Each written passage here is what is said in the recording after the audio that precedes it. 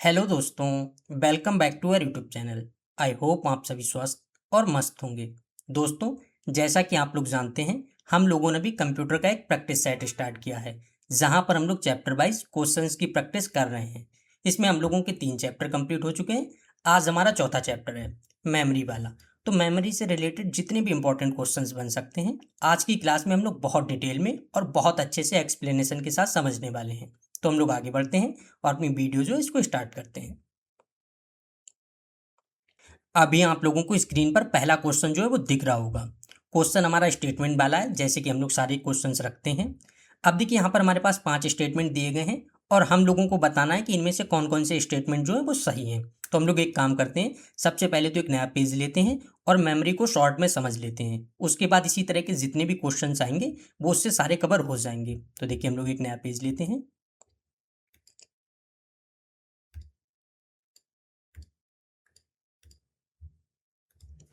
अब देखिए, सबसे पहले तो हम लोग टाइटल डालते हैं मेमोरी।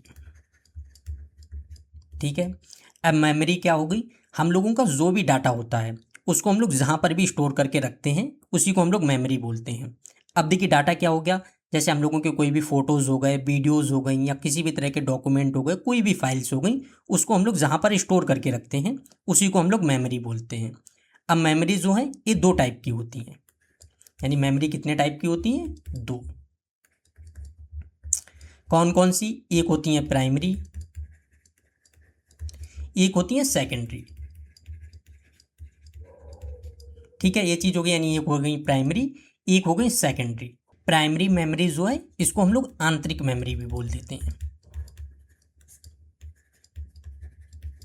ठीक है, ये चीज़ हो गई। अब देखिए, आंतरिक मेमोरी क्यों बोल देते हैं, तो जब भी हम लोगों का कोई भी पीसी वगैरह हो गया या लैपटॉप हो गया, जब वो बनते हैं या डिज़ाइन होते हैं तो उसी टाइम पर इन मेमोरी को उसमें लगा दिया जाता है। सेकेंडरी मेमोरी क्या हो गई, इसको हम लोग बाहर से भी लगा सकते हैं। अभी आगे जब हम लोग पढ़ेंगे तब आप लोगों को वहाँ पर समझ आ जाएगी। ये चीज़ होगी, देखिए प्राइमरी मेमोरी हो गई, इसको हम लोग आंतरिक मेमोरी भी बोलते हैं। अब देखिए, एक चीज़ होती है, जब भी हम लोगों के कोई भी प्रोग्राम्स वगैरह हो गए, वो जब प्रोसेस हो रहे होते हैं तब वो कहाँ पर होते हैं? प्राइमरी मेमोरी में। प्रोसेस हो रहे होते हैं तब कहाँ पर होते हैं? प्राइमरी मेमोरी में। ठीक है, ये चीज़ समझ आ गई। अब देखिए, ये तो हम लोगों ने एक बेसिक चीज़ समझी कि ठीक है, प्राइमरी मेमोरी क्या है, इसको आंतरिक मेमोरी बोलते हैं। प्रोग्राम्स वगैरह चलते हैं, वो जब भी प्रोसेस होते हैं तब प्राइमरी मेमोरी में हो रहे होते हैं। लेकिन क्या है, प्राइमरी मेमोरी जो है इसके भी बहुत सारे टाइप्स होते हैं, मतलब अलग अलग तरह की प्राइमरी मेमोरी होती हैं। तो हम लोग एक काम करते हैं, हम लोग उनको भी समझते हैं। तो इसको देखिए, मिटाते हैं और पूरा एक चार्ट अब हम लोग बनाते हैं यहाँ पर। प्राइमरी मेमोरी होगी, इसमें कौन कौन से टाइप्स होते हैं? एक हो गया देखिए रैम, एक हो गया रोम, और एक यहाँ पर हो गया केस। ठीक है, ये चीज़ होगी। प्राइमरी मेमोरी में क्या क्या चीज़ें आती हैं? रैम हो गया, रोम हो गया, केस हो गया। अब देखिए, जो रैम है इसको हम लोग क्या बोलते हैं? Random access memory. Random access memory. ठीक है, ये चीज़ होगी। ये फुल फॉर्म भी कई बार आ जाती है कि रैम की फुल फॉर्म क्या है, तो रैंडम एक्सेस मेमोरी। इधर रोम की क्या हो जाएगी? Read only memory.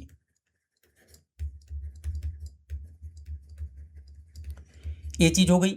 अब देखिए, रैम जो है इसके भी 2 टाइप होते हैं। तो 2 टाइप कौन कौन से होते हैं?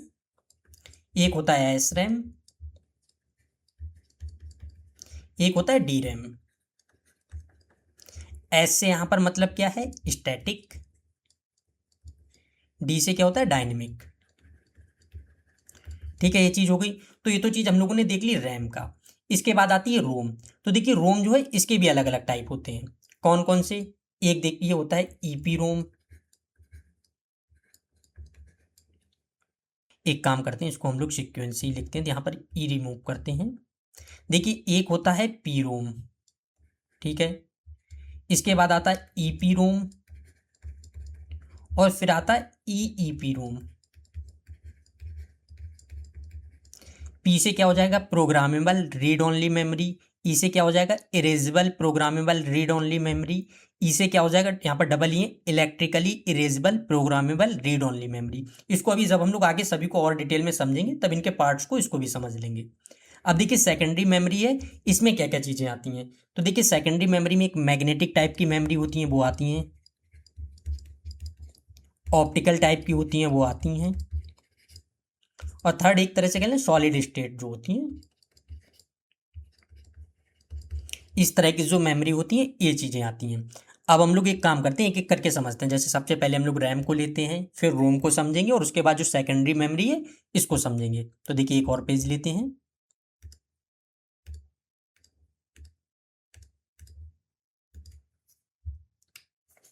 अब सबसे पहले हम लोग डालते हैं यहाँ पर रैम। रैम क्या था? Random access memory. अब देखिए रैम में क्या होता है, हम लोगों के जो भी प्रोग्राम्स चल रहे होते हैं वो अगर टेम्परेरी रूप से कहीं पर सेव होते हैं, टेम्परेरी रूप से जो सेव होते हैं, तो इस चीज़ को आपको याद रखना है। रैम में क्या होता है, टेम्परेरी रूप से डाटा जो है वो स्टोर होता है। ये चीज़ हो गई। अब देखिए प्रोग्राम से क्या मतलब हो गया, अगर हम लोग इसको समझें। जैसे मान लेते हैं आप लोगों ने कोई भी ऐप वगैरह ओपन किया, आपके फ़ोन में है, ठीक है, आपने कोई ऐप ओपन किया, आप उस ऐप को यूज़ कर रहे हैं, तो वो जो उस टाइम पे ऐप होगा वो जो चल रहा होगा तो वो किस में चल रहा होगा? रैम में।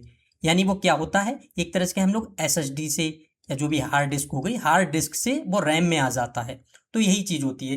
यानी हम लोगों का कोई भी प्रोग्राम वगैरह रन हो रहा होता है तो वो कहाँ पर रन हो रहा होता है? रैम में। ये चीज़ समझ आ गई। अब देखिए रैम क्या होती है, इसमें भी कुछ पॉइंट्स आ जाते हैं। जैसे एक होता है वोलेटाइल मेमोरी, एक होता है नॉन वोलेटाइल।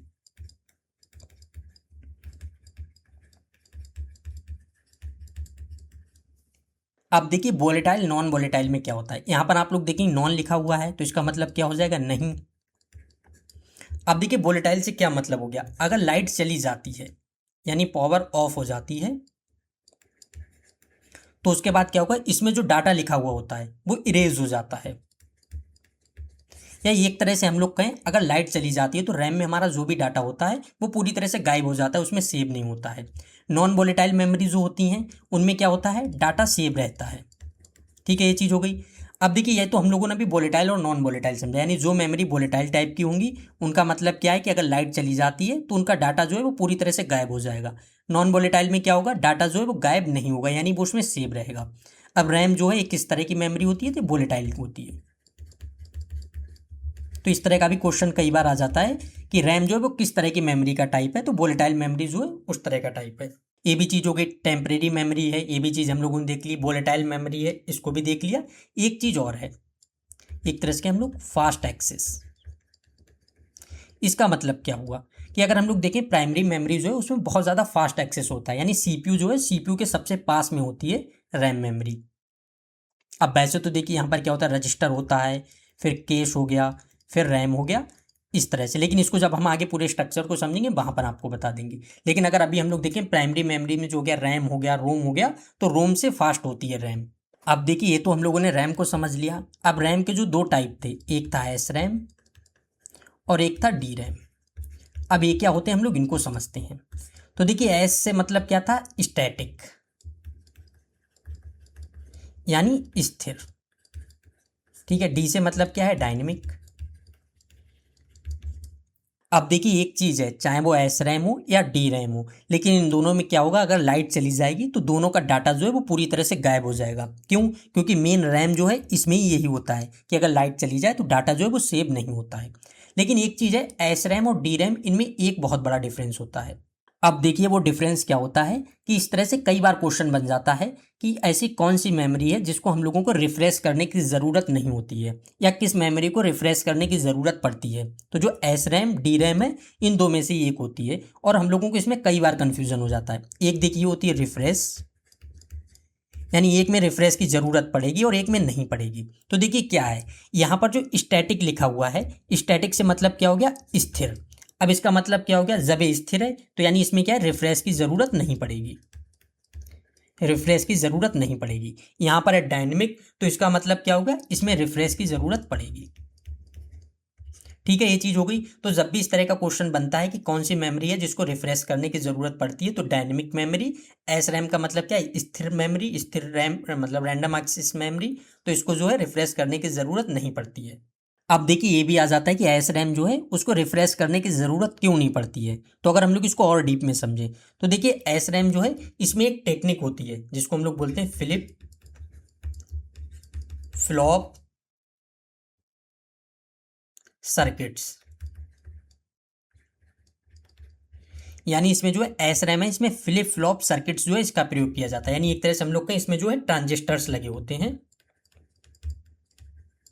ठीक है, ये चीज़ हो गई। तो डाटा जो है वो ट्रांजिस्टर में सेव रहता है, इसको बार बार रिफ्रेश जो है वो नहीं करना पड़ता है।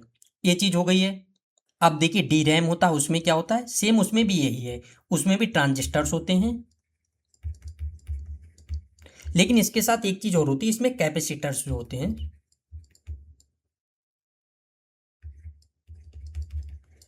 इनका प्रयोग किया जाता है। तो इसमें जो कैपेसिटर है इसको रिफ्रेश करना पड़ जाता है। तो इसीलिए हो जाता है कि एस रैम जो है ये स्थिर होते हैं, इसको रिफ्रेश करने की ज़रूरत नहीं पड़ती है, और डी रैम जो है इनको रिफ्रेश करने की ज़रूरत पड़ जाती है। तो देखिए हम लोगों ने रैम समझ लिया। रैम क्या होती है, एक टेम्परेरी मेमोरी, यानी डाटा जो उसको टेम्परेरी रूप से सेव रखती है। वोलेटाइल मेमोरी है। वोलेटाइल मेमोरी क्यों है, कि अगर लाइट चली जाती है तो रैम में जो भी डाटा होता है वो पूरी तरह से गायब हो जाता है। इसका फास्ट एक्सेस होता है, क्यों, क्योंकि रैम जो है वो रोम, मतलब रैम जो है वो सीपीयू के ज़्यादा नज़दीक होती है, रोम जो है वो उससे थोड़ा दूर होती है, इस वजह से इसका फास्ट एक्सेस होता है। ये चीज़ हो गई। रैम के टाइप कितने होते हैं, दो, static random access memory, dynamic random access memory. Static RAM का क्या मतलब होता है, यानी स्थिर, यानी इसका मतलब क्या हो गया कि इसको बार बार रिफ्रेश नहीं करना पड़ता है। डायनेमिक मेमोरी क्या हो गई, इसको हम लोगों को बार बार रिफ्रेश करना पड़ता है। इसको रिफ्रेश क्यों नहीं करना पड़ता है, क्योंकि इसमें फ्लिप फ्लॉप सर्किट जो है इस टेक्निक का प्रयोग किया जाता है, और इसमें ट्रांजिस्टर्स लगे होते हैं जिसमें डाटा जो स्टोर रहता है। डायनेमिक रैंडम एक्सेस मेमोरी में क्या होता है, इसमें ट्रांजिस्टर के साथ कैपेसिटर्स का प्रयोग किया जाता है। ट्रांजिस्टर तो स्थिर रहते हैं, लेकिन जो कैपेसिटर्स हैं इसको बार बार एक तरह से रिफ्रेश करना पड़ जाता है। ये चीज़ हम लोगों ने समझ ली। इसके बाद एक काम करते हैं, अब हम लोग आते हैं रोम पर। तो एक नया पेज लेते हैं,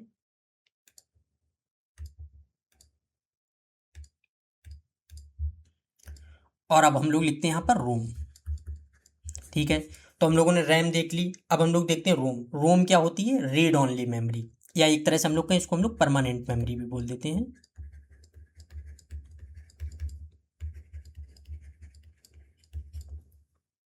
अब देखिए रोम में क्या होता है कि अगर लाइट चली जाए तो इसका डाटा जो है वो इसमें स्टोर रहता है, यानी इससे डाटा जो है वो गायब नहीं होता है, डिलीट नहीं होता है, या इरेज नहीं होता है। तो इसलिए हम लोग इसको क्या बोल देते हैं, नॉन वोलेटाइल मेमोरी।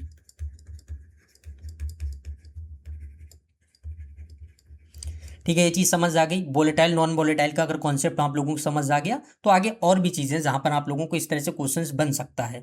जैसे हो सकता है एक बार आपको बोल दिया ठीक है रैम, और अगर इसी तरह से आपको लिख दिया जाए पेन ड्राइव, तो पेन ड्राइव जो है ये भी नॉन वोलेटाइल है। तो ये चीज़ें हो गई हैं। अब देखिए रोम जो है, इससे एक क्वेश्चन बहुत ज़्यादा बन जाता है कि बायोस जो है उसको कहाँ स्टोर किया जाता है। तो यानी बायोस हो गया या फर्मवेयर हो गया, ये जो है इन दोनों को रोम में ही स्टोर किया जाता है। अब देखिए रोम का क्या होता है, जब भी हम लोग अपना कोई भी कंप्यूटर वगैरह ऑन करते हैं तो सबसे पहले रोम में जो भी इंस्ट्रक्शंस स्टोर होती हैं वो उसी हिसाब से चलती हैं। अब देखिए रोम जो हो गया, इसके तीन टाइप होते हैं, एक होता है पी रोम, एक होता है ईपी रोम, और एक होता है ईईपी रोम। ये क्या होते हैं, देखिए पी से मतलब हो गया प्रोग्रामेबल,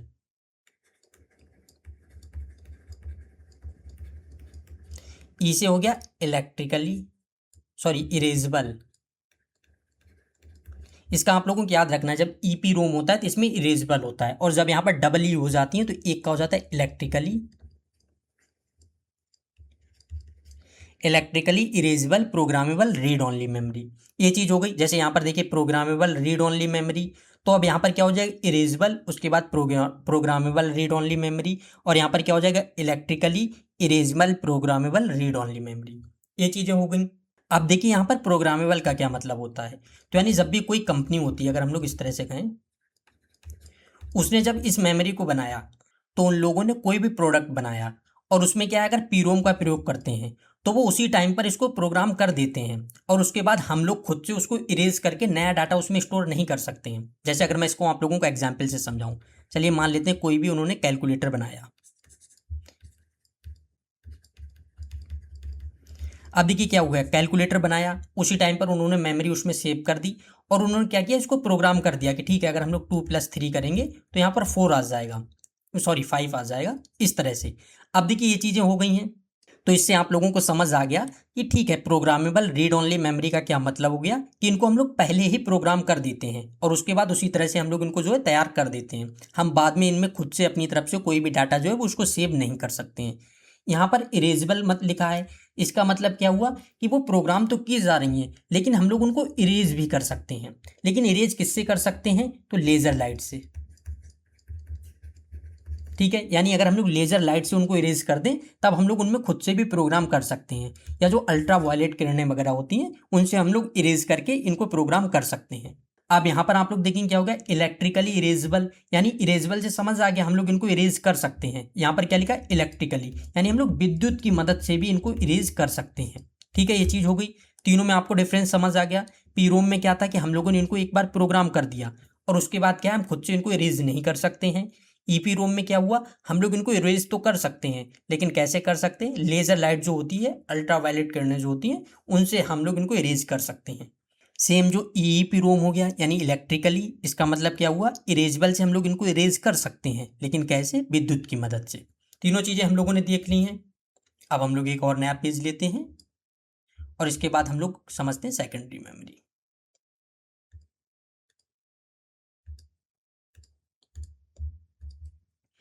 अब देखिए एक चीज़ है, जैसे इसमें केस रह जाती है, केस मेमोरी, तो उसको हम लोग यहाँ पर नहीं समझेंगे, उसको हम लोग आगे समझ लेंगे। देखिए केस मेमोरी का मेन काम क्या होता है, फ्रिक्वेंटली यूज्ड जो भी डाटा होता है उसको वो क्या है, केस मेमोरी में सेव रखते हैं, ये चीज़ें हैं। तो फिलहाल तो हम लोग यहाँ पर सेकेंडरी मेमोरी समझते हैं, बाकी जब केस मेमोरी का एक मैंने पूरा क्वेश्चन बना रखा है तो हम लोग वहाँ पर उसको बहुत अच्छे से समझेंगे। यहाँ पर अभी हम लोग करते हैं सेकेंडरी मेमोरी। ठीक है, सेकेंडरी मेमोरी, इसमें मैंने आप लोगों को 3 टाइप बताए थे। कौन कौन से थे, एक तो था देखिए ऑप्टिकल, एक था सॉलिड, सॉलिड स्टेट, और एक क्या था, मैग्नेटिक। ये चीज़ें हो गई। अब देखिए अगर हम लोग ये समझें जो सेकेंडरी मेमोरी है उसका अगर पूरा ओवरऑल क्या काम होता है, जैसे ये तीनों हो गए, इन तीनों का क्या काम होता है, तो अगर हम एक तरह से कहें, अगर हम लोगों को ज़्यादा डाटा स्टोर करना है, ठीक है, ज़्यादा डाटा स्टोर करना है, तब हम लोगों को क्या है, सेकेंडरी मेमोरी की ज़रूरत होती है। अब जिसमें क्या होता है, जैसे आप लोगों ने पेन ड्राइव देखी होगी, हार्ड डिस्क हो गई, hard disk drive, solid state drive, ये सारी चीज़ें हो गई हैं। इसके लिए हम लोग इन्हीं को हम लोग सेकेंडरी मेमोरी बोलते हैं। अब जैसे होता है ना, ये बहुत बड़ी बड़ी आती हैं, जैसे 1 TB हो गई, 2 TB, GB, कई कई GB की होती हैं, 500 GB, इस तरह से सारी चीज़ें हो गई। अब ये क्या है, अगर हम लोग सेकेंडरी मेमोरी को भी हम लोग देखें तो ये भी नॉन वोलेटाइल होती हैं। ठीक है, अब नॉन वोलेटाइल कैसे, आप लोगों को पता है, आपके पास कोई भी पेन ड्राइव है, अगर लाइट चली भी जाए तब भी उससे डाटा जो है वो इरेज नहीं होता है, तो इसीलिए आप लोग समझ गए, ठीक है, सेकेंडरी मेमोरी जो है वो भी नॉन वोलेटाइल होती हैं। इनकी स्पीड क्या है, प्राइमरी मेमोरी से थोड़ी कम होती है। और एक चीज़ और होती है, अगर हम लोग देखें प्राइमरी मेमोरी से अगर हम लोग कंपेयर करें तो प्राइमरी मेमोरी से सेकेंडरी मेमोरी जो है ये सस्ती भी होती हैं। ये चीज़ हो गई। अब देखिए इसके बाद हम लोग बस यही देखते हैं कि जो तीनों हैं, मैग्नेटिक, ऑप्टिकल, सॉलिड स्टेट, इनका मतलब क्या हुआ। तो हम लोग एक काम करते हैं, इनमें लिख लेते हैं, जैसे इसमें था हार्ड डिस्क ड्राइव। ठीक है, ये हो गई, जो इस तरह की जो मेमोरी हार्ड डिस्क ड्राइव है वो मैग्नेटिक जो टाइप का मेमोरी है इसमें आती है।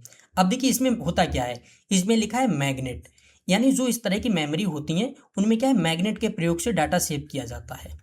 ठीक है, ये चीज़ हो गई, मैग्नेट के प्रयोग से अगर हम लोग डाटा को स्टोर करते हैं तो वो किस तरह की मेमोरी हो गई, तो मैग्नेटिक मेमोरी। और इन्हीं में आ जाता है hard disk drive.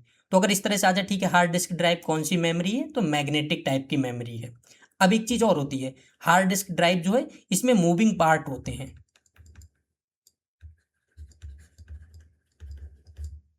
Moving part से क्या मतलब हो गया, अंदर एक डिस्क लगी होती है। अब वो क्या है, वो इस तरह से गोल गोल घूमती रहती है और फिर इसी तरह से प्रॉपर चलती रहती है और उससे ही डाटा जो है उसको स्टोर होता है। यानी अगर हम लोग कहें कि ठीक है, कौन सी ऐसी मेमोरी है जिसमें इस तरह जो आवाज़ करती है, इस तरह से भी क्वेश्चन आ जाता है, ठीक है, HDD आपके पास लिखा होगा और SSD लिखा होगा, और आपसे पूछा जाएगा कौन सी मेमोरी है जिसमें मूविंग पार्ट होते हैं, तो किस में होते हैं, हार्ड डिस्क ड्राइव में। ये चीज़ हो गई है, ये हम लोगों को समझ आ गया। इसके बाद आता है ऑप्टिकल। अब देखिए ऑप्टिकल क्या होता है, जैसे CD हो गया, कॉम्पैक्ट डिस्क, DVD हो गया, ब्लू रे डिस्क हो गया। ठीक है, इस तरह की जो मेमोरी है ये सब किस में आती हैं, ऑप्टिकल मेमोरी में। इन सब में क्या होता है, डाटा जो है वो लेजर लाइट से, यानी अगर आ जाए लेजर लाइट से रीड और राइट किया जाता है।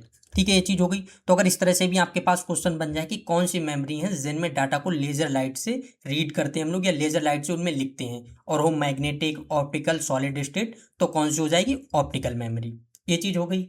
और इसमें जो है मैग्नेट वाली मतलब जो मैग्नेटिक मेमोरी हार्ड डिस्क, इसमें डाटा को रीड और राइट किससे किया जाता, तो जो ये डिस्क लगी होती थी इससे हम लोग डाटा को रीड और राइट करते थे। अब इसी तरह से आ जाता है सॉलिड स्टेट, तो इसका एग्जाम्पल है एसएसडी। इसकी फुल फॉर्म ही ये होती है सॉलिड स्टेट ड्राइव।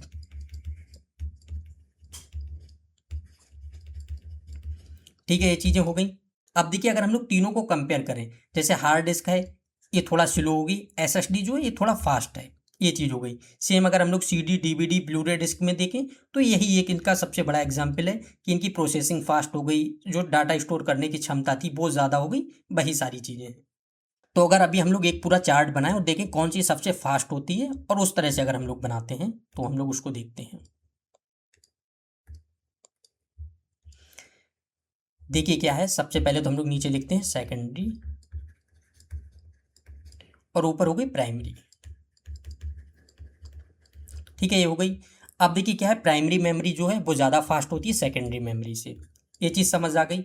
तो अब हम लोग एक काम करते हैं, प्राइमरी मेमोरी में कौन कौन सी हो गई, ठीक है, एक हो गया केस, एक हो गया रैम और एक हो गया रोम। ठीक है, ये चीज़ हो गई। तो अगर हम लोग देखें, ठीक है, सबसे फास्ट कौन सी होती है, केस मेमोरी, फिर आती है रैम और फिर हो गई रोम, ये चीज़ हो गई।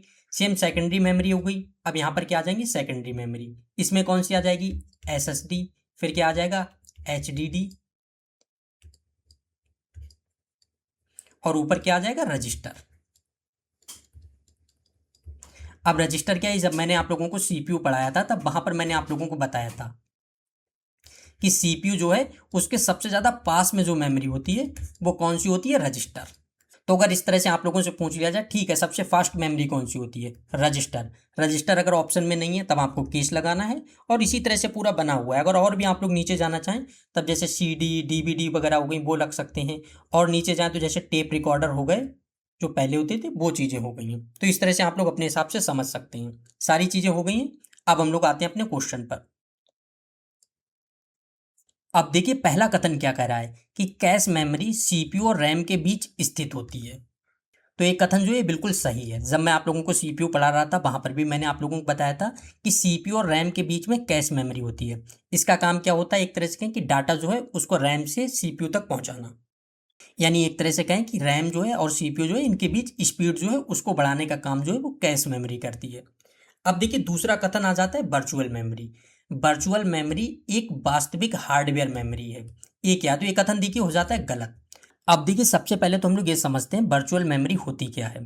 तो देखिए क्या होता है, जैसे ही हमारी रैम है, अब मान लेते हैं हमारी रैम जो है ये 8 GB की है, और हम लोग अभी जो भी कोई भी ऐप वगैरह यूज़ कर रहे हैं सारी चीज़ें हैं, तो हमारी रैम जो है वो फुल हो गई है। अब इसके बाद क्या होता है, अगर हम लोग फिर से कोई भी और नया सॉफ्टवेयर ओपन करते हैं तब आपको पता है रैम तो हमारी फुल हो गई है, तो अब क्या है, अगर और सॉफ्टवेयर ओपन करेंगे तब ये बहुत ज़्यादा स्लो हो जाएगा सिस्टम। तो वहाँ पर क्या किया जाता है कि हमारी जो हार्ड डिस्क होती है उसका कुछ पार्ट जो है उसको यूज़ कर लिया जाता है। अब जो हम लोग इसका कुछ पार्ट यूज़ करते हैं, यानी हम लोगों ने वर्चुअल रूप से इस मेमोरी का यूज़ किया, तो इसीलिए हम लोग इसको वर्चुअल मेमोरी बोल देते हैं। अगर हम लोग और ज़्यादा आसानी से समझें, मान लेते हैं आप लोगों के पास कोई भी 2 गेम हैं जिनको आप लोग खेल रहे हैं, आप लोगों ने ओपन कर रखे, 8 GB के वो थे, आपकी रैम जो एक तरह से मान लेते हैं, ठीक है रैम फुल हो गई। अब आप गए, आपने कोई नया सॉफ्टवेयर ओपन किया, सॉफ्टवेयर मान लेते हैं कोई सा भी, जैसे चलिए मान लेते हैं कोई भी प्रीमियर प्रो जो है आपने इसको ओपन किया। अब जैसे ही आप लोगों ने इसको ओपन किया, मान लेते हैं 2 GB का है। अब यहाँ पर तो ऑलरेडी आपकी 8 GB मेमोरी जो है रैम वो फुल है, तो अब ये कैसे चलेगा। तो इसमें क्या होता है, जिस भी ऐप पर या सॉफ्टवेयर पर आप लोग काम नहीं कर रहे होते हैं उसको क्या है हार्ड डिस्क में शिफ्ट कर देता है, और जो नया वाला है इसको यहाँ पर रैम में ले आता है। तो इससे क्या है, हम लोगों की रैम जो है वो प्रॉपर पूरी फुल नहीं होती और हमारा सिस्टम जो है वो स्लो नहीं होता। उसके बाद जैसे ही इसका काम हो जाएगा तो वापस जो डाटा हार्ड डिस्क में गया वो वापस जो है वो फिर से आ जाता है हमारा जो मतलब रैम है इसमें। यही होती है वर्चुअल मेमोरी। तो यानी क्या है, वास्तविक हार्डवेयर मेमोरी है, ये हार्डवेयर नहीं है, वर्चुअल है, तो ये कथन गलत हो जाता है। यहाँ पर कहा गया एस रैम को रिफ्रेश की आवश्यकता नहीं होती। एस रैम से मैंने आपको क्या बताया था, स्थिर मेमोरी स्थिर होती है, तो यानी स्थिर होगी तो इसको आवश्यकता नहीं होगी रिफ्रेश की, तो बिल्कुल ये कथन सही हो जाता है। यहाँ पर कहा गया डी रैम की गति एस रैम से अधिक होती है, तो ये कथन जो है ये भी गलत हो जाता है। कैसे, देखिए एक थी एस रैम, एक थी डी रैम। अब क्या था, एस रैम जो है ये स्थिर है, यानी इसको रिफ्रेश नहीं करना पड़ रहा है, डी रैम जो इसको रिफ्रेश करना पड़ रहा, यानी जब हम लोग डी रैम को रिफ्रेश करेंगे तो इसमें कुछ टाइम तो जाएगा, तो अपने आप डी रैम जो है वो स्लो हो जाएगी। तो यानी डी रैम की गति एस रैम से अधिक होती है नहीं। यहाँ पर कहा गया रोम जो है वो वोलेटाइल प्रकृति की मेमोरी है। अब देखिए ये कथन जो है ये भी गलत है। अभी मैंने आप लोगों को थोड़ी देर पहले ही बताया था वोलेटाइल मेमोरी कौन सी होती हैं, जिनमें लाइट चली जाए तो डाटा जो है वो भी चला जाता है। लेकिन रोम क्या थी, अगर लाइट चली जाए तो इसमें डाटा जो है वो स्टोर रहता है, नहीं जाता है। तो यानी ये क्या होगी, नॉन वोलेटाइल मेमोरी है। तो इनमें से हमारा कथन कौन कौन सा सही है, 1 और 3। तो यहाँ पर क्या हो जाएगा, 1 और 3।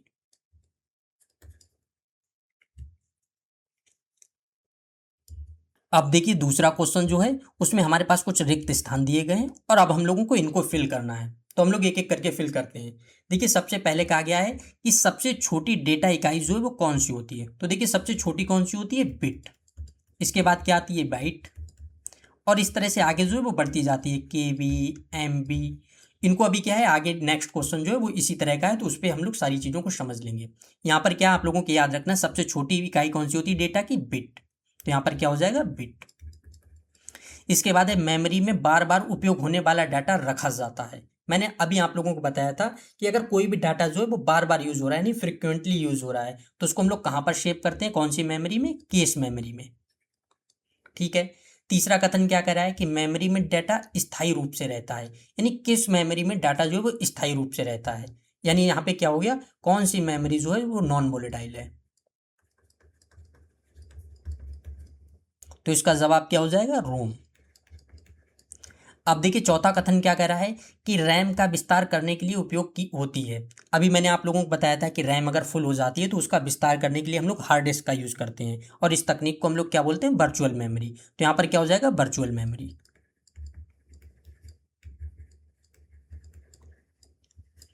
अब यहाँ पर हो गया 1 KB। 1 KB में कितने बाइट होते हैं, तो 1024।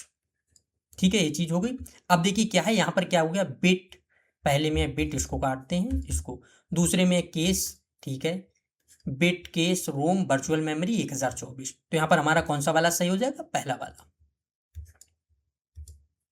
अब देखिए नेक्स्ट क्वेश्चन जो है वो है मैचिंग वाला, यानी एक तरफ हमारे पास मेमोरी दी गई है, एक पर मतलब एक तरफ उनकी विशेषता दी गई है, और अब हम लोगों को मैच करना है कि कौन सी मेमोरी जो है उसकी क्या विशेषता होती है। देखिए अभी मैंने आप लोगों को बताया बार बार उपयोग वाला डाटा कहाँ पर जाएगा, किस मेमोरी में। तो हम लोगों को इसको किससे मैच करना है, इससे। अब देखिए क्या, सीपीयू के अंदर सबसे तेज कौन सी होती है, रजिस्टर। तो यहाँ पर हम लोग लाते हैं इससे। अब देखिए तीसरा आप लोग देखेंगे रैम है। रैम क्या होती है, अस्थायी मेमोरी है, यानी वोलेटाइल मेमोरी है, मैंने आप लोगों को बताया था। तो ये कौन सी हो जाएगी, यहाँ पर आ जाएगी। रोम क्या है, नॉन वोलेटाइल है, यानी क्या है, स्थायी मेमोरी है। तो यहाँ पर क्या हो जाएगा, स्थायी निर्देश। पांचवा क्या है, वर्चुअल मेमोरी, यानी क्या है, डिस्क आधारित अस्थायी मेमोरी। तो देखिए क्या हो जाता है, पहले का हो जाएगा बी, दूसरे का हो जाएगा ई, तीसरे का हो जाएगा सी, डी, ए, यानी BECDA। यहाँ पर क्या हो जाएगा, ई। हम लोग आगे आते हैं, यहाँ पर हो जाएगा ई। अब देखिए नेक्स्ट क्वेश्चन है, वहां पर फिर हमारे पास यही है कि हमारे पास कुछ कथन दिए गए हैं और अब हम लोगों को बताना है इनमें से कौन से कथन जो है वो सही है। देखिए हमारे पास यहाँ पर पहला कथन क्या दिया गया है, सेकेंडरी मेमोरी जो है वो नॉन वोलेटाइल होती है। अब देखिए अभी मैंने थोड़ी देर पहले आप लोगों को बताया था, जब सेकेंडरी मेमोरी बताई थी कि सेकेंडरी मेमोरी क्या है, वो नॉन वोलेटाइल है। यानी मैंने आपको यहाँ पर किसका एग्जाम्पल दिया था, पेन ड्राइव का। क्या, चलिए पेन ड्राइव नहीं, आप यहाँ पर हार्ड डिस्क मान लीजिए। अब क्या होता है, आप लोगों का कंप्यूटर है, उसमें आप लोगों ने कोई भी मूवी जो है उसको सेव कर रखा है। क्या अगर लाइट चली गई तो क्या वो मूवी डिलीट होती है, नहीं होती है। क्यों, क्योंकि वो सेकेंडरी मेमोरी है और वो जो है नॉन वोलेटाइल टाइप की मेमोरी होती है। तो ये चीज़ हम लोगों को समझ आ गई, सेकेंडरी मेमोरी नॉन वोलेटाइल होती है, बिल्कुल। रैम नॉन वोलेटाइल होती है, नहीं, रैम जो है वो वोलेटाइल मेमोरी होती है। तीसरा कहा गया है कैश मेमोरी की गति रैम से अधिक होती है, बिल्कुल ये सही है। मैंने आप लोगों को बताया था रजिस्टर, रजिस्टर के बाद क्या आता है, कैश, कैश के बाद आता है रैम। ठीक है, इसके बाद आ जाएंगी सेकेंडरी मेमोरी। अब देखिए चौथा कथन क्या कह रहा है कि वर्चुअल मेमोरी रैम की तुलना में तेज होती है। अब देखिए अगर हम लोग इस क्वेश्चन को अच्छे से समझें, मैंने अभी थोड़ी देर पहले आप लोगों को बताया था वर्चुअल मेमोरी जो है वो क्या होती है कि जब रैम जो है वो अगर फुल हो जाए तो उसके बाद क्या होता है, जो हार्ड डिस्क होती है तो क्या करती है, रैम जो है वो हार्ड डिस्क का यूज करती है। यानी क्या है, वर्चुअल मेमोरी क्या हो गई, वो हार्ड डिस्क हो गई। यानी एक तरह से हम लोग कहें वर्चुअल मेमोरी ने मतलब डाटा सेव किया है वो कहाँ पर किया, हार्ड डिस्क में। अब यहाँ पर क्या है, हार्ड डिस्क जो है वो रैम से स्लो होती है, तो अपने आप जो है कि वर्चुअल मेमोरी है वो रैम से स्लो हो जाएगी। तो यहाँ पर क्या है, वर्चुअल मेमोरी रैम की तुलना में तेज होती है नहीं। यहाँ पर का रोम का उपयोग बायोस में होता है, बिल्कुल सही है। तो यहाँ पर हमारे कितने कथन सही है, 135, यानी फिर ये वाला सही है।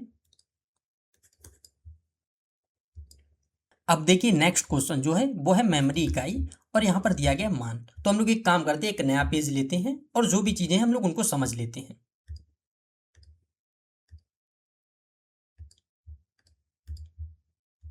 देखिए सबसे छोटी क्या होती है, बिट, यानी अगर हम लोग का एक बिट हो गई उसमें क्या होते हैं, 0 और 1। ठीक है, ये चीज हो गई। उसके बाद आता है निबल, तो एक निबल में कितने होते हैं, 4 बिट। अब देखिए इससे मतलब क्या हो गया, अगर एक बिट में 0 और 1 है तो यानी एक निबल में कितने हो रहे, 4 बिट। तो अगर हम लोग एक आसान भाषा में कहें तो उसमें क्या है, 4 जीरो होंगे और 4 1 होंगे। ये चीज आपको समझ आ गई, ठीक है। इसके बाद क्या होता है, बाइट आता है, यानी एक बाइट। अब देखिए एक बाइट में क्या होता है, 8 बिट होते हैं। ठीक है, ये चीज समझ आ गई, एक बाइट में कितने होते हैं, 8 बिट। अब देखिए अगर इसी तरह से आप लोगों से पूछ लिया जाए, एक बाइट में कितने निबल होते हैं, तो एक बाइट में कितने निबल होंगे, यहाँ पर कितने हो जाएंगे, 2। कैसे, देखिए यहाँ पर क्या लिखा है, 8 बिट। 8 बिट का मतलब क्या हो गया, 4 बिट प्लस 4 बिट। 4 बिट में कितना हो रहा है, एक निबल, इसमें कितना हो जाएगा, एक निबल, दोनों जुड़कर कितने हो जाएंगे, 2 निबल। बाकी आप लोग इसको अपने हिसाब से कैलकुलेशन कर लेंगे, ये चीज़ आपको याद रखनी है। अब देखिए इसके बाद हम लोग आते हैं, यहाँ पर क्या हो गया, एक बिट में 0 1, एक निबल में 4 बिट, एक बाइट में 8 बिट हो गए। अब देखिए इसके बाद आप लोगों को किस तरह से याद रखना है, सिंपल सी बात, हम लोग इससे आते हैं, जैसे हमारा फ़ोन है और उसमें मान लेते हैं MB, यहाँ पर लिखते हैं KB, किस तरह से, और यहाँ पर हम लोग लिखते हैं GB। अब जैसे हम लोगों के पास डाटा होता है ना, ठीक है, आपके फ़ोन में 1 GB डाटा है, तो उसका मतलब क्या हो गया, आप लोग खुद फ़ोन में चेक करते हैं कितना होता है, आप लोगों को पता चल जाता है, ठीक है, आपके पास 1024 MB जो है इतना डाटा है। ठीक है, ये हो गया। अब एक चीज़ होती है, अगर 1 GB में हमारे पास 1024 MB है, ठीक है, 1 MB में कितना होगा, 1024 KB। 1024 KB में मतलब 1 KB में कितना होगा, 1024 बाइट। यानी जो है यहाँ पर हम लोग जिसको लिखते हैं उसको ही हम लोगों को इधर लिखना है और आगे 1024 लिखते जाना है। ठीक है, जैसे एक बिट हो गया 0 1, एक निबल हो गई 4 बिट, एक बाइट हो गई। अब देखिए इसको जो है अगर हम लोग अभी थोड़ी देर के लिए भूल जाएं, ठीक है, अब क्या है, जैसे हम लोगों ने लिखा एक बाइट तो इधर कितना हो जाएगा, 8 बिट। अब यहाँ पर आया 1 KB तो कितना हो जाएगा, 1024 बाइट आ गया। 1 MB 1024, इधर वाला KB आ जाएगा। ठीक है, फिर यहाँ पर आएगा 1 GB 1024 और इधर वाला MB आ जाएगा। लेकिन मेन चीज़ क्या है, ये तीनों चीज़ें हम लोगों के फ़ोन में डाटा होता है तो हम लोग उससे चेक करते रहते हैं, तो हम लोगों को पता है। तो यहाँ तक की सारी चीज़ें आप लोगों को याद होनी चाहिए। अगर ना याद हो तो आप लोग जब भी अपना डाटा वगैरह यूज़ कर रहे हैं उसको जब आप लोग चेक करेंगे तब आपको अपने आप समझ आ जाएंगी सारी चीज़ें कि ठीक है कितना डाटा है, कितना आपका डाटा बचा, कितना खर्च हो गया। तो इन चीज़ों को आप लोग प्रैक्टिकली याद करेंगे, आपको लॉन्ग टर्म तक याद रहेंगी। अब देखिए इसके बाद आता है, तो यहाँ पर क्या आता है, TB। अब देखिए टीबी क्या है, यहाँ पर टीबी से मतलब क्या हो गया, टेराबाइट, जीबी से मतलब हो गया गीगाबाइट, एमबी से हो गया मेगाबाइट, केबी से हो गया किलोबाइट। ठीक है, अब टीबी क्या है, जैसे होता है ना हम लोग गए, ठीक है, आप लोगों का कंप्यूटर है, आपका फ़ोन भी है, तब आप लोग चेक करते हैं कितने जीबी मेमोरी है, आपने कह दिया ठीक है 128 GB मेमोरी है। लेकिन अगर आप लोगों को देखना, ठीक है, हम लोग हार्ड डिस्क ले लेते हैं, ज़्यादा डाटा स्टोर करना है तो किस में हार्ड डिस्क ले लेते हैं, टीबी में। यानी जीबी के बाद अगर हम लोग बात करते हैं तो टीबी की बात करते हैं, यानी किसकी, टेराबाइट की। तो यहाँ पर कितना हो जाएगा, 1024 GB। ठीक है, ये चीज़ें हो गई। अब देखिए मोस्टली क्वेश्चन जो है वो यहीं तक बनते हैं। अगर इसके बाद भी आप लोगों को लिखना है तो जैसे एक पीबी हो जाता है पेटाबाइट, इसमें हो जाता है 1024 TB, और इसके बाद हो जाएगा एक ईबी, यानी क्या होता है, एक्साबाइट, इसमें क्या हो जाता है, 1024 पेटाबाइट। ठीक है, अब यही चार्ट आप लोगों को याद रखना है और इसी से आप लोग याद रखेंगे। अब बाकी इनको जब भी आप लोगों को याद करना है, या तो आप लोग इस तरह से याद कर सकते हैं, bit byte KB MB GB TB PB EB, इस तरह से आप लोग याद कर लेंगे। अगर आप लोगों को इस तरह से याद नहीं करना है तब आपके पास फ़ोन है, आप लोग अपने डाटा के हिसाब से इसको कंपेयर करते हुए याद कर लेंगे, तब आपको ये बहुत ज़्यादा लंबे समय तक याद रहेंगी। अब हम आते हैं क्वेश्चन पर। देखिए क्वेश्चन में क्या कहा गया है, एक निबल में कितने होते हैं, 4 बाइट, 4 बिट। मैंने अभी आप लोगों को बताया एक बाइट में क्या होते हैं, 8 बिट। ठीक है, अब जैसे हम लोग इससे ही समझे, 1 GB है, जीबी का मतलब क्या हुआ, आपके पास कितनी मेमोरी, कितने MB डाटा है, तो यहाँ पर कितना हो गया, 1024 MB। 1 MB में कितना हो जाएगा, 1024 KB। 1 KB में कितना हो जाएगा, 1024 बाइट। तो हमारा इसका पहले का क्या हो गया, BCADE,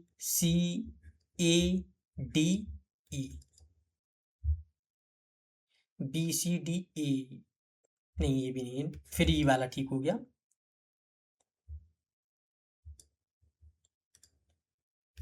ई वाला। अब देखिए नेक्स्ट क्वेश्चन जो है वो वर्चुअल मेमोरी से है, और अभी हम लोगों ने वर्चुअल मेमोरी को समझा था, तो अब हम लोगों को क्या करना है, फिर से इस क्वेश्चन को देखना है कि इसमें क्या क्या चीज़ें कही गई हैं, जिससे हमारा वर्चुअल मेमोरी वाला टॉपिक जो है वो पूरी तरह से तैयार हो जाएगा। तो देखिए वर्चुअल मेमोरी में पहला कथन क्या कह रहा है कि वर्चुअल मेमोरी का उपयोग तब होता है जब रैम पूरी तरह से भर जाती है। तो ये कथन बिल्कुल सही है, मैंने अभी आप लोगों को बताया जब रैम हम लोगों की फुल हो जाती है तब हम लोग हार्ड डिस्क का यूज़ करते हैं, और रैम जो है उससे थोड़ा डाटा खाली हो जाता है और वहाँ पर नया ऐप जो है वो आ जाता है। दूसरा कथन क्या कह रहा है, वर्चुअल मेमोरी का आकार निश्चित होता है, फिक्स्ड होता है, नहीं, वर्चुअल मेमोरी जो है इसका आकार फिक्स नहीं होता है।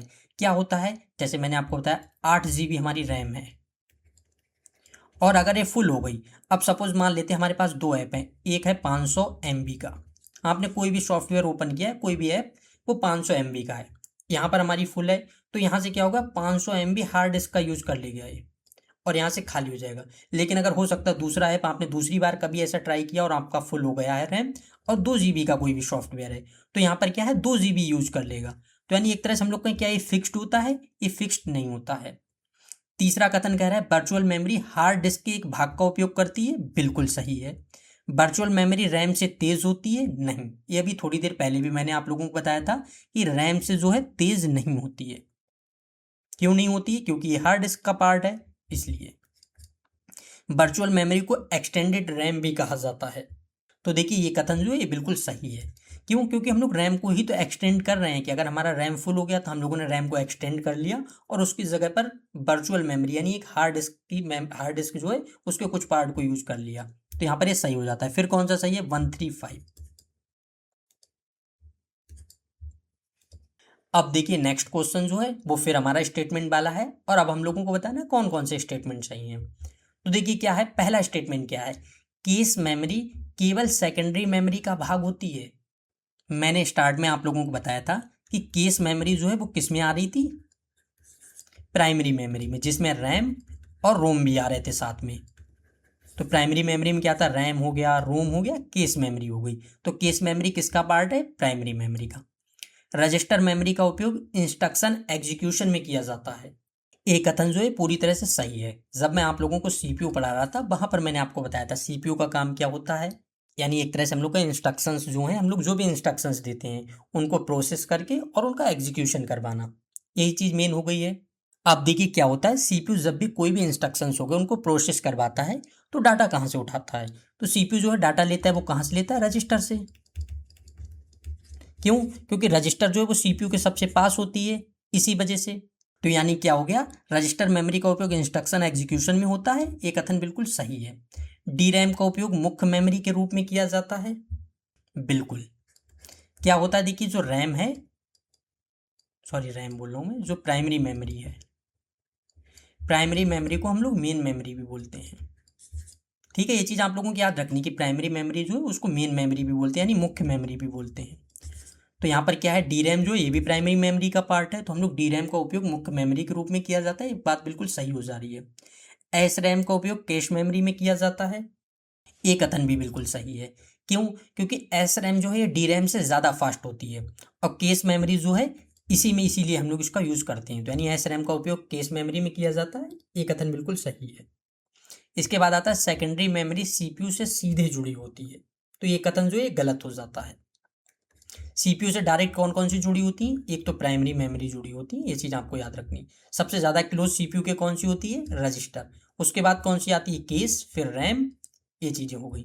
तो हमारा फिर कथन कौन कौन से सही है, 1 2 3, एक सेकेंड, यहाँ पर पहला वाला गलत हो जाएगा, यहाँ पर लिखा केस मेमोरी केवल सेकेंडरी मेमोरी का भाग है, नहीं। तो यहाँ पर कौन सा सही हो जाएगा, 2 3 4, यानी ए वाला सही हो जाएगा, 2 3 4। अब देखिए इसके बाद हम लोग नेक्स्ट क्वेश्चन देखते हैं। अब देखिए नेक्स्ट क्वेश्चन क्या है, तो हमारे पास पूरा एक स्ट्रक्चर दिया गया है और यहाँ पर लिखा है तेज से धीमी मेमोरी कौन सी है। तो हम लोगों को ये बताना है कि सबसे ज़्यादा फास्ट कौन सी है और उसके बाद सबसे ज़्यादा स्लो कौन सी है, मतलब फास्ट से स्लो तक जाना है। तो मैंने बिल्कुल अभी थोड़ी देर पहले आपको बताया था सबसे फास्ट कौन सी होती है, रजिस्टर। ठीक है, तो यहाँ पर हम लोगों को सबसे पहले देखना है रजिस्टर, कैश लिखा है काट देना है, तो कौन सी होगी, रजिस्टर। उसके बाद कौन सी आती है, केस मेमोरी, यहाँ पर रैम लिखा है तो ये कट जाएगा, तो यानी क्या हो जाएगी, केस। इसके बाद क्या आएगी, रैम आएगी। रैम के बाद क्या आती है, सेकेंडरी मेमोरी आती है। सेकेंडरी मेमोरी के बाद क्या आते हैं, मैग्नेटिक टेप आते हैं। ये चीज़ हो गई। तो आप लोगों को याद रखना है ठीक इसी तरह से कि अगर आ जाए ठीक है कौन सी मेमोरी का क्रम है, तो सबसे फास्ट होती है रजिस्टर, फिर केस, फिर रैम, फिर सेकेंडरी मेमोरी, फिर मैग्नेटिक टेप। तो ये चीज़ हम लोगों ने समझ ली। आगे आते हैं और ये हो गया। अब देखिए एक चीज़ है, आज की जो हमारी क्लास है वो बहुत लंबी हो चुकी है, तो हम लोग एक काम करते हैं, आज की अपनी क्लास को यहीं पर एंड करते हैं। नेक्स्ट क्लास होगी उसमें फिर इसी तरह के कुछ क्वेश्चंस हम लोग ले आएंगे 10 से 12 और उनकी प्रैक्टिस कर लेंगे, और उसके बाद हमारा जो ये मेमोरी वाला टॉपिक है ये पूरी तरह से कंप्लीट हो जाएगा।